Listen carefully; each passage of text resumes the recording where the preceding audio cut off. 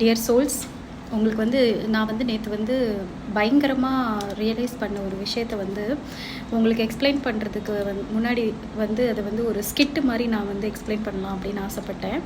எல்லாருக்கும் தெரிஞ்ச விஷயந்தான், ஆனால் அதை பற்றி டீப்பாக வந்து நம்ம வந்து அனலைஸ் பண்ணதே கிடையாது. எனக்கு நேற்று தான் அதை பற்றின ஒரு டீப் அனாலிசிஸ் வந்து எனக்கு ஒரு இன்சிடெண்ட் மூலமாக வந்து புரிஞ்சிச்சு. ஓகே, இப்போ வந்து அதை வந்து நான் வந்து உங்களுக்கு வந்து சிம்பிளாக புரிய வைக்க ட்ரை பண்ணுறேன். பார்ப்போம் அது எப்படி கன்வே ஆகுது அப்படின்னு சொல்லிட்டு.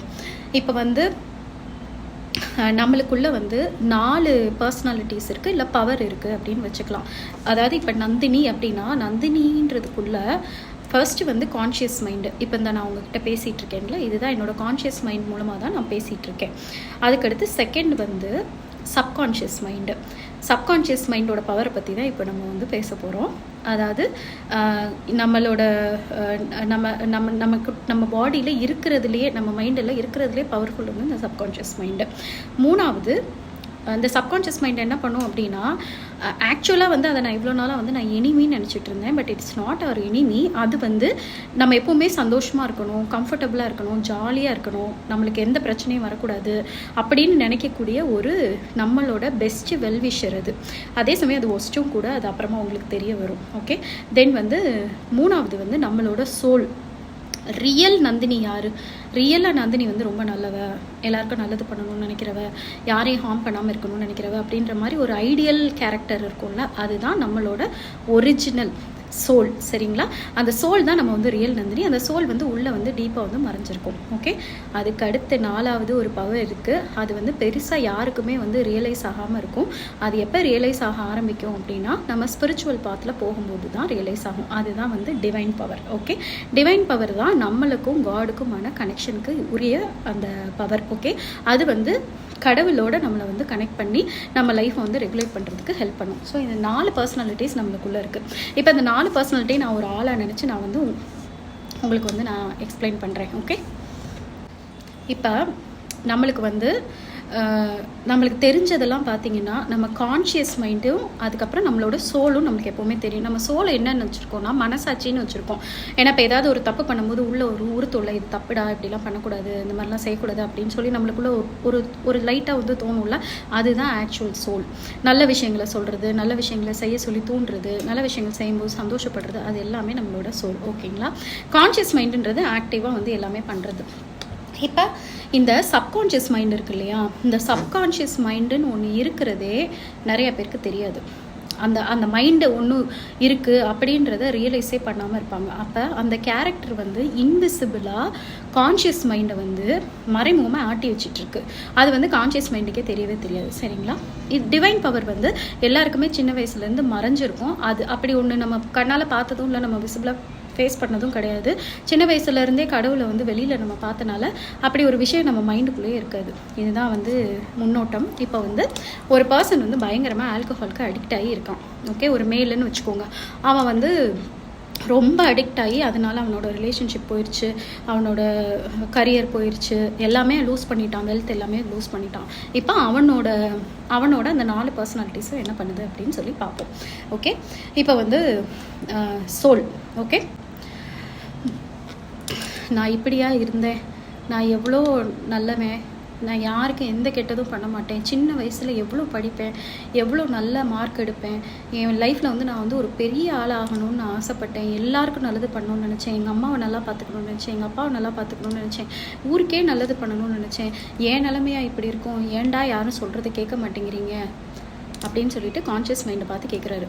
ஸோ கான்ஷியஸ் மைண்டு, நீ சொல்கிறதெல்லாம் எனக்கு புரியுது, ஆனாலும் எனக்கு வந்து இந்த குடித்தா எனக்கு வந்து ரொம்ப சந்தோஷமாக இருக்கேன், அந்த சந்தோஷம் வேறு எதுலேயுமே எனக்கு கிடைக்க மாட்டேங்குது, நான் என்ன பண்ணுறது, எனக்கு அந்த ஹாப்பினஸ் தானே ரொம்ப முக்கியமாக இருக்குது அப்படின்னு கான்ஷியஸ் மைண்ட் சொல்கிறாங்க. தென் சப்கான்ஷியஸ் மைண்டு, இப்படியே இருக்கணும், மாறணும்னு தப்பி தவறி கூட நினச்சிடாத, ஏன்னா நம்மளுக்கு நம்ம சந்தோஷம்தான் முக்கியம். குடிக்கும் போது நம்மளுக்கு ஒரு ஹாப்பினஸ் கிடைக்குதுல்ல, அது இது வரைக்கும் வேறு எதுலையாவது கிடச்சிருக்கா? இந்த சோலுக்கு ஒன்றுமே புரியாது, அது லூஸ் தனமாக அப்படி தான் ஏதாவது பேசிகிட்டு இருக்கோம். உனக்கு தான் நான் இருக்கிறதே தெரியாதே, உன்னையே நான் விட்டா தானே, விடு பார்த்துக்கலாம். இது வந்து அடுத்து டிவைன். அட பாவீங்களா, இங்கே நான் ஒருத்தர் இருக்கிறதே உங்களுக்கு தெரிஞ்சால் தானே இருந்தெல்லாம் வெளியில் வர்றதுக்கு உங்களுக்கு உதவி பண்ண முடியும். எப்படி வந்து சோலுக்கு புரிஞ்சாலே போதுமே. இந்த சோல் வந்து நம்ம இருக்கோன்றதே ரியலைஸ் பண்ண மாட்டேங்குது. அது என்னடானா வெளியில் போய் கடவுளை தேடிட்டுருக்கு. இதுக்கு எப்படி நம்ம புரிய வைக்கலாம்? ஃபஸ்ட்டு வந்து என்ன பண்ணுவோம், இன்ஸ்டாகிராம் ரீல்ஸில் வந்து ஏதாவது ஒரு கடவுளை மாதிரி மெசேஜ் அனுப்பிகிட்டே இருப்போம். அது சோல் புரிஞ்சுக்குதான்னு பார்ப்போம். கான்ஷியஸ் மைண்டு என்னது இது, நம்மளுக்கே கடவுள் எதோ சொல்கிற மாதிரி இருக்குது.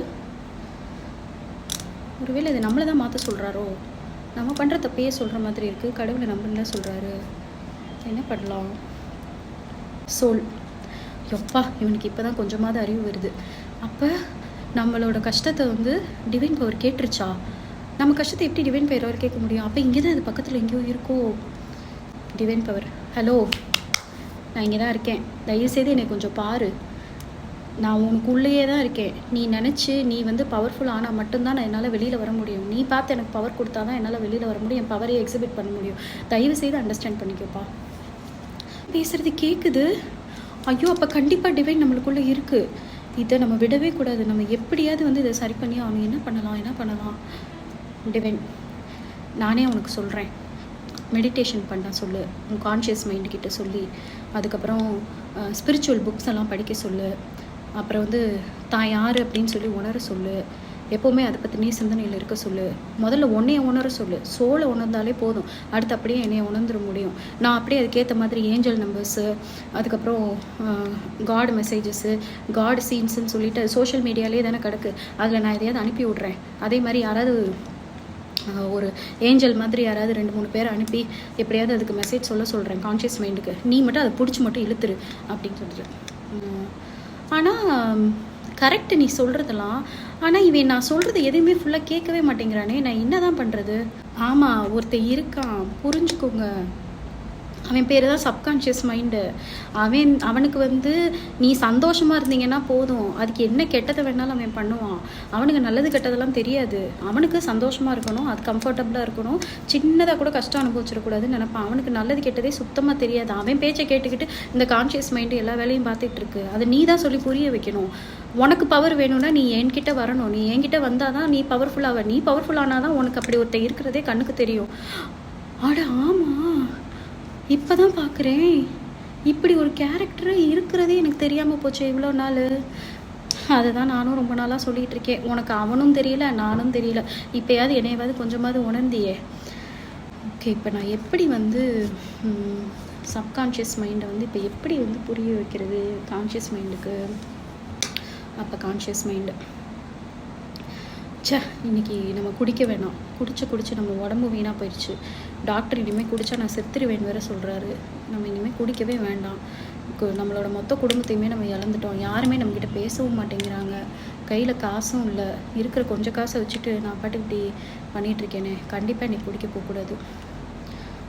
சப்கான்ஷியஸ் மைண்டு, என்னவேன் திடீர்னு? அதெல்லாம் நான் ஒத்துக்க மாட்டேன். குடித்தா எவ்வளோ சந்தோஷமாக இருக்கும், குடிக்கலைன்னா நல்லாவே இருக்காதே. இவனை எப்படியாவது குடிக்க சொல்லணும். அதுக்கு என்ன பண்ணலாம்? டிப்ரெஷனு, பெயின், ஸ்ட்ரெஸ்ஸு, ஆங்ஸைட்டி, ஃபியர் எல்லாத்தையும் இப்போ இவனுக்கு கொடுக்குறேன். கொடுத்தா தான் அவன் அடங்குவான். ஐயோ, மனசு ரொம்ப கஷ்டமாக இருக்கே, ஒரு மாதிரி இருக்குது, இருக்க முடியல. பேசாமல் குடிச்சிடலாமா? சப்கான்ஷியஸ் மைண்டு, குடி, கிளம்பு, கடைக்கு போய் மொதல் வாங்கு. கான்ஷியஸ் மைண்டு, என்ன வேறு ஏதோ ஒரு குரல் நம்மளுக்குள்ளே கேட்குற மாதிரி இருக்குது. வேறு யாராவது இருக்காங்களா நம்மளுக்குள்ளே? இல்லை நம்மளுக்கு பின்னாடி யாராவது இருக்காங்களா? நம்ம நினைக்கிறதுக்குள்ளேயே யாரோ நம்மளை வந்து தூண்டுற மாதிரி இருக்கே. என்னவா இருக்கும் அது? பிரம்மையாக இருக்கும். சரி போகலாம். அப்போ சோல் வருது. ஸ்டாப். கான்ஷியஸ் மைண்ட், நல்லா தெரிஞ்சுக்கோ, இது நீ கிடையாது. உனக்கு பின்னாடி ஒரு உருவம் இருக்குது. உன் கண்ணுக்கு அது தெரியல. பண்ணுறது ஃபுல்லாக அதுதான். பட் அதுக்காக அது கெட்டதுன்னு நான் சொல்ல வரல. அதுக்கு நல்லது கெட்டது தெரியாது. அது பேச்சை கேட்டு நீ வந்து கெட்டு போகாத, அவ்வளோதான். நீ போகாமல் இருந்தீன்னா உன் வாழ்க்கை ரொம்ப நல்லாயிருக்கும். நான் உன்னோட சோல் சொல்கிறேன். உன் பேச்சு நான் எதுக்கு கேட்கணும்? எனக்கு சந்தோஷம் வரதை தவிர நீ எதுக்கு இப்போ இப்படி திடீர்னு மாறின? இவ்வளோ நாள் நீ அமைதியாக தானே இருந்த. இப்போ என்ன உனக்கு திடீர்னு ஒரு பவர் கிடச்சிருக்கு? எனக்கு ஏன் கிடச்சிச்சு அப்படின்னா டிவைன் பவர். நீ எத்தனை ரீல்ஸ் பார்த்த, கடவுள் வந்து உங்ககிட்ட பேசுகிற மாதிரி. அதை நான் தான் புரிஞ்சுக்கிட்டு நம்மளுக்குள்ள டிவைன் பவர் இருக்குப்பா, புரிஞ்சுக்கோ, அது நம்மளை காப்பாற்ற ரெடியாக இருக்குது. நம்ம தான் அதை உணராமல் இவ்வளோ நாள் சுற்றிட்டு இருந்தோம். தயவு செய்து சப்கான்ஷியஸ் மைண்ட் இருக்குன்றதை ரியலைஸ் பண்ணி உன்னோட அந்த அறிவு கண்ணை ஓப்பன் பண்ணி உன்னோட டிவைன் பவருக்கு முக்கியத்துவம் கொடுப்பா, எனக்கும் முக்கியத்துவம் கொடுப்பா. நம்ம வாழ்க்கையே ரொம்ப நல்லாயிருக்கும். அப்படியா? அப்போ சப்கான்ஷியஸ் மைண்டு நான் இருக்கிறது தெரிஞ்சிருச்சா? நான் விட மாட்டேன். இவங்கெல்லாம் பேசுகிறதெல்லாம் நான் நம்பவும் மாட்டேன். சந்தோஷம் தராத எதுவுமே எனக்கு வேண்டாம். குடிக்காமல் இருந்தால் எவ்வளோ கஷ்டமாக இருக்கும். ஏன்னா நல்லாவா இருக்க போது. நான் விடவே மாட்டேன் உன்னைய. இந்த தான் தெரிஞ்சிருச்சுல நான் இருக்கேன்னு சொல்லி. தெரிஞ்சுக்கோ.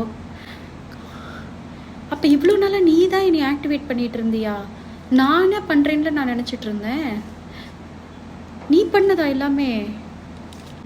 நானே தான். எனக்கு சந்தோஷமாக இருக்கணும், அவ்வளோதான். அதுக்கு நான் என்ன வேணால் பண்ணுவேன். சோல் எனக்கு ரொம்ப பயமாக இருக்குது. இவன் என்ன வேணால் பண்ணிடுவான் போல இருக்குது. இவன் எல்லாத்தையும் பண்ணிவிட்டு நம்ம எல்லாரோட வாழ்க்கையுமே போயிடும். தயவுசெய்து நான் உங்ககிட்ட சரண்டர் ஆயிடுறேன். நீங்கள் என்ன சொல்கிறீங்களோ அதை நான் செய்கிறேன். தயவுசெய்து செய்ய வைங்க. அப்பா இப்போ தான்ப்பா எனக்கு நிம்மதியாக இருக்குது. இப்போ வேறு ஒன்றுமே இல்லை. நம்ம 2 பேருமே டிவைன் பவர்கிட்ட சரண்டர் ஆயிடுவோம். டிவைன் பவர் என்ன சொல்லுதோ அதை கண்ணை மூடிட்டு கேட்போம். கேட்டோம்னா நம்ம வாழ்க்கை நல்லாயிருக்கும். கொஞ்ச நாளில் இந்த சப்கான்ஷியஸ் மைண்டு புரிஞ்சுக்கிட்டு நம்ம கூட சப்போர்ட் பண்ண ஆரம்பிச்சிடும். இப்போ என்ன, அவனுக்கு நம்ம சந்தோஷமாக இல்லைன்னு நினைக்கிறான். அந்த சந்தோஷம் வந்து போக போக நம்மளுக்கு கிடச்சிச்சின்னா அவனே நம்மளுக்கு சப்போர்ட் பண்ணிட்டு போகிறான். சொல்லப்போனால் அவன் நம்ம 2 பேரோட பவர்ஃபுல்ப்பா. அவனுக்கு மட்டும் இது புரிஞ்சிருச்சுன்னா அவன் வேறு லெவலில் நம்மளை எடுத்துகிட்டு போயிடுவான். அது வரைக்கும் மட்டும் நம்ம கொஞ்சம் பொறுமையாக இருக்கணும். அவன் படுத்துகிற எல்லா பாடையும் நம்ம பொறுத்துக்கணும். கண்டிப்பாக நான் பொறுத்துக்குவேன். இப்போ என்ன பண்ணணும்னு சொல்லுங்கள். அப்படின்னா முதல்ல மெடிடேஷன் பண்ண ஆரம்பிப்போம். நம்மளை ரொம்ப பியூராக வச்சுக்குவோம். ஸ்பிரிச்சுவலாக ஏதாவது ஒரு புக்கை படிப்போம். டிவைன் பவரே நம்மளுக்கு காட்டும் என்ன புக்கை படிக்கணும்னு சொல்லிட்டு. அதுக்கப்புறம் யாராவது குரு மாதிரி யாராவது கிடச்சாங்கன்னா அவங்க ஏதாவது நல்ல அறிவுரை சொல்கிறாங்கன்னா அதை ஃபாலோ பண்ணுவோம். நம்ம பாட்டுக்கு இந்த மாதிரி ஒரு க்ளீனான ஒரு வழியில் போக ஆரம்பிப்போம். கண்டிப்பாக நான் பண்ணுறேன். பண்ணுவீங்க. நான் விட்டுக்கிட்டு இருப்பேன். நினப்பு உங்களுக்குலாம் பார்ப்பேன்டா யார் ஜெயிக்கிறான்னு சொல்லிட்டு. ஸோ கான்ஷியஸ் மைண்டு மெடிடேஷன் பண்ணுறாங்க.